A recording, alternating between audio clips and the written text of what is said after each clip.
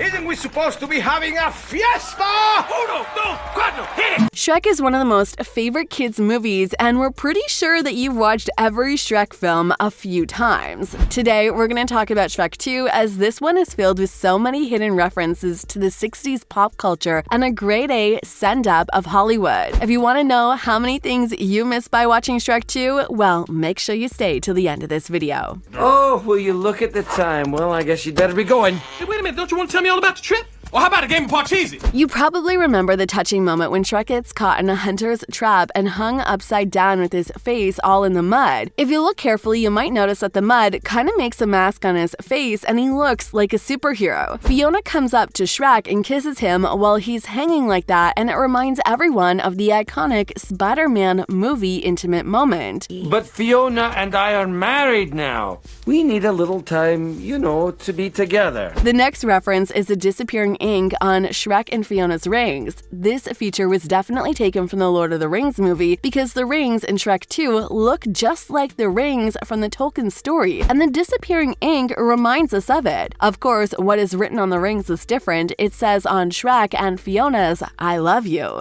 Hey, you!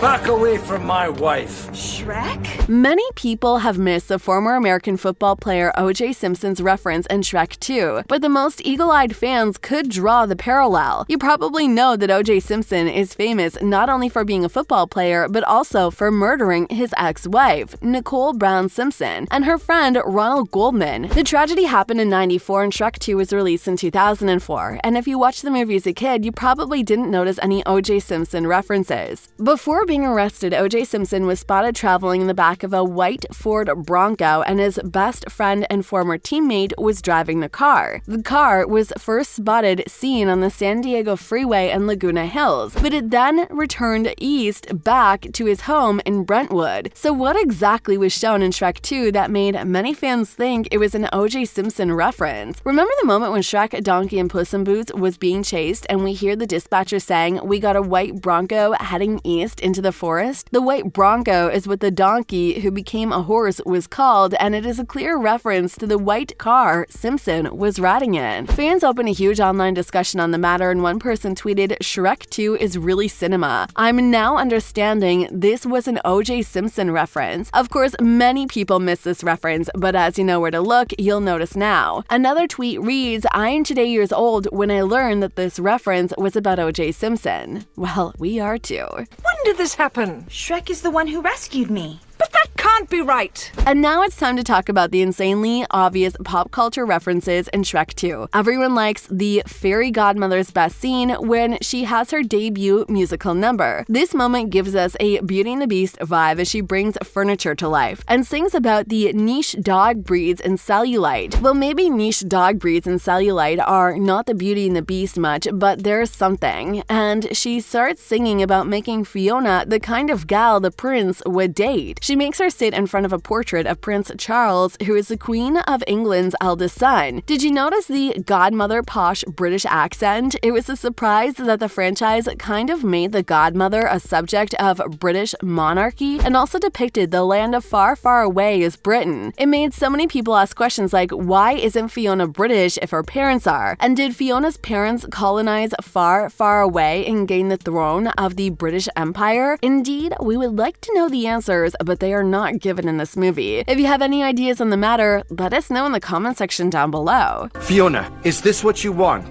To be this way forever? What? Because if you kiss me now, we can stay like this. We don't know if you noticed or not, but the Far, Far Away's city sign is identical to the Hollywood sign in the hills, which makes us think that the land is kind of a definitive mock-up of Hollywood. So it means the city should include teen pop royalty translates too. The biggest proof of it is the portrait of the boy band legend Justin Timberlake, who's dubbed Sir Justin, that Shrek finds on her childhood bedroom wall. Justin Timberlake released his debut solo album Justified in 2002, and the movie came out in 2004. So no wonder the filmmakers decided to include him in the movie. Who else but Justin Timberlake is a clear icon of pop culture? Oh, this isn't a good time, Pumpkin. Mama's working. Well, what happened here? The ogre, that's what. Another proof of Far, Far Away being a definitive mock-up of Hollywood is the fact that it stages a red carpet for the ages. There are many exclusive premiere events going on, and guess who is the one to announce the red carpet arrivals? That's right, the beloved comedian and former Fashion Police host Joan Rivers. When Shrek and Fiona arrive, she says everyone who is anyone has turned out to honor Princess Fiona and Prince Shrek, and oh my, the outfits look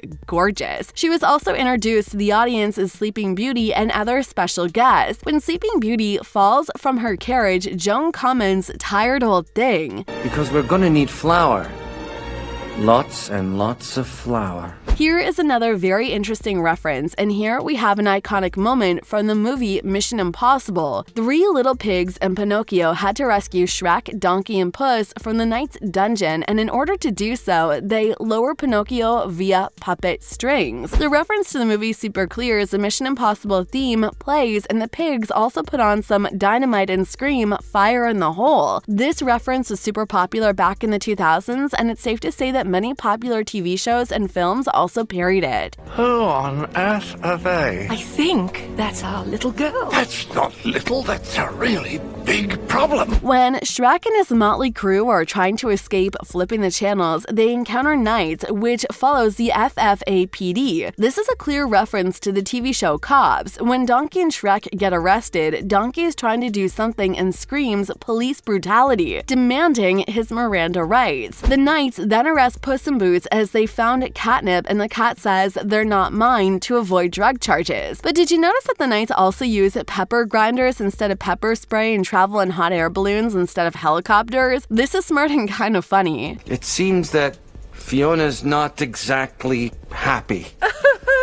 Have you caught a Pretty Woman reference? If not, we're here to remind you at the moment when Fairy Godmother argues with Shrek, accusing him of expecting a happily ever after when he breaks into her potions factory looking for a way to win back Fiona. The Godmother then hides near her bookcase and starts listing all the fairy tales with no ogres: Hansel and Gretel, Thumbelina, the Golden Bird, the Little Mermaid, and then accidentally adds Pretty Woman. This definitely means that the Fairy Godmother is a fan of the 90s rom-coms, because what is the connection between these fairy tales and the 1990 film with Julia Roberts? What choice do I have?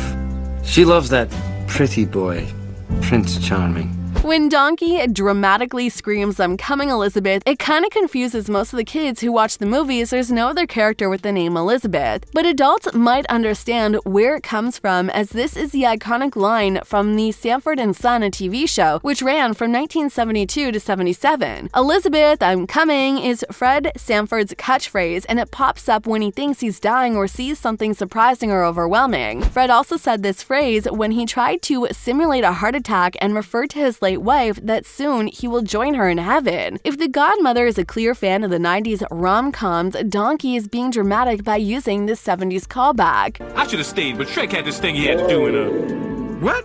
Say that one more time. What are you talking about? Are you serious? Using the 70s callback is one thing, but when Donkey sings a song, Ain't No Stoppin' Us Now, it makes everyone wonder how old he is. This is a 1979 disco hit by McFadden and Whitehead, and it looks like Eddie Murphy, who voiced the donkey, added to the film of his musical taste. Eddie Murphy is best known for being a great comedian, but also started his music career back in the 80s, so explains Donkey's provocity towards expressing his state of being through musical expression. He'll be fine. Now, where were we? Is there anything else we should add to the list? Feel free to leave your comments in the comment section down below. Thanks for watching, and we'll see you in the next video. Bye. I think I remember. Donkey!